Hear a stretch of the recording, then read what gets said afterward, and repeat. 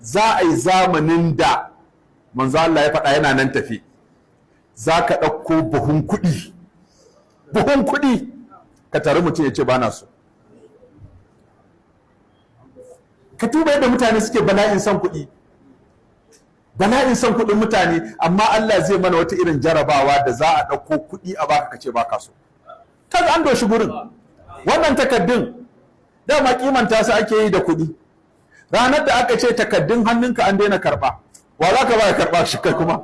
Sai ka ɗauko biliyan guda ta tsohon kuɗi ka ba mutum ce wallahi to wannan ishara ce. Kaga abinda manzo Allah ya faɗa an doshi gurin.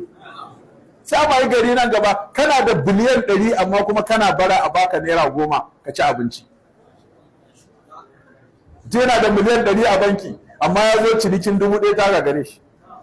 Darasi ne yan uwa, mutuna lahira mutuna Allah. Kan mu tsaya muna ta magana akan wani ana ta tahlil ana ta ya za a fita ya za a fita. In Allah ya ce a fita ba wanda ya sai tare. In Allah ya ce a shiga kuma kowa ya zama dalilin shigar.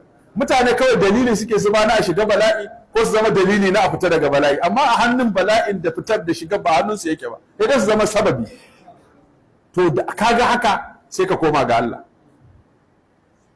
Yace inna minan nasan mafatihu lil khair maghaliqu lil shar wa inna minan nasan maghaliqu lil khair mafatihu lil shar. Fadu ba liman ja'ala Allahu mafatihal khair ala yadayhi wa waylun liman ja'ala mafatihal sharri ala yadayhi. Manzo Allah ya ce mutane makullai ne mabudai ne.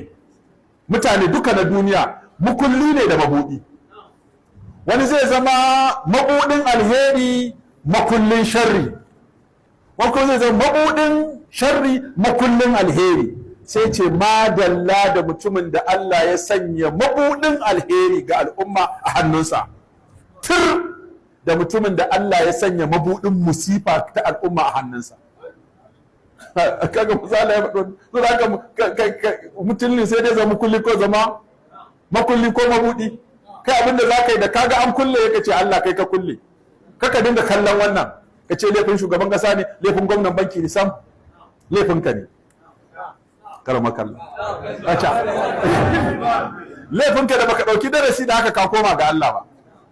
In Allah ya ga dama ai ba ko da shugaban kasa ko wani ne ya zo ko ma wani sabo ne ko tsoho ne ko in Allah ya ga dama ya saka a wahala sai ya saka.